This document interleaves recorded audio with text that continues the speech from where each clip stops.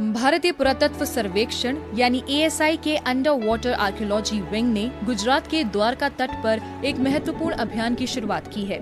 इस मिशन का उद्देश्य समुद्र की गहराइयों में छिपे प्राचीन नगर के अवशेषों की खोज करना और उन्हें दस्तावेजीकरण के जरिए संरक्षित करना है। ASI की 5 सदस्यीय टीम, जिसका नेतृत्व additional director general archaeology professor Alok Tripathi कर रहे हैं, फरवरी 2025 से इस खोज अभियान में सक्रिय हैं।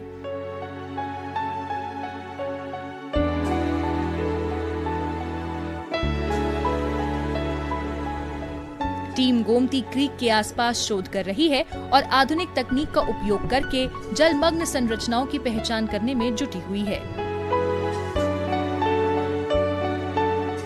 In our first phase, we carried out diving operation near the mouth of Gomti River, where my team had diving operations. We examined earlier excavated and explored remains, their condition at present, and also identified certain area where we want to expand and focus our future investigations.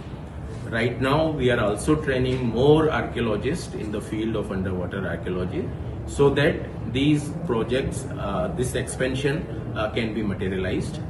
We are having 3 teams at present, which are 2 teams are working in the island of Bet Dwarika.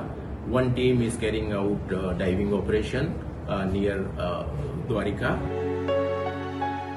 Dwarka, जिसे भगवान कृष्ण की पौराणिक नगरी के रूप में जाना जाता है, ऐतिहासिक और धार्मिक दृष्टि से अपार महत्व रखती है।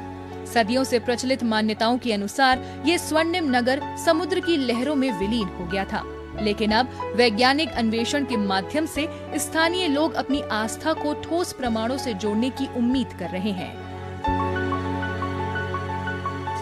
पिछले कुछ सालों से द्वारका का अविरत विकास हो रहा है।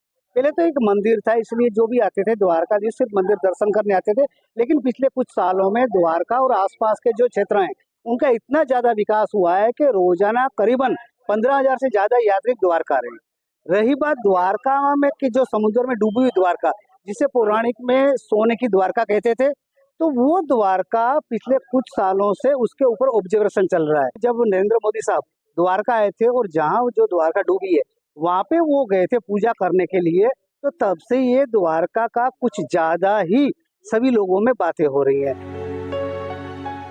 ASI के इस ऐतिहासिक अभियान के जरिए भारत अपनी प्राचीन सभ्यताओं को समझने और संरक्षित करने की अपनी प्रतिबद्धता को मजबूत कर रहा है।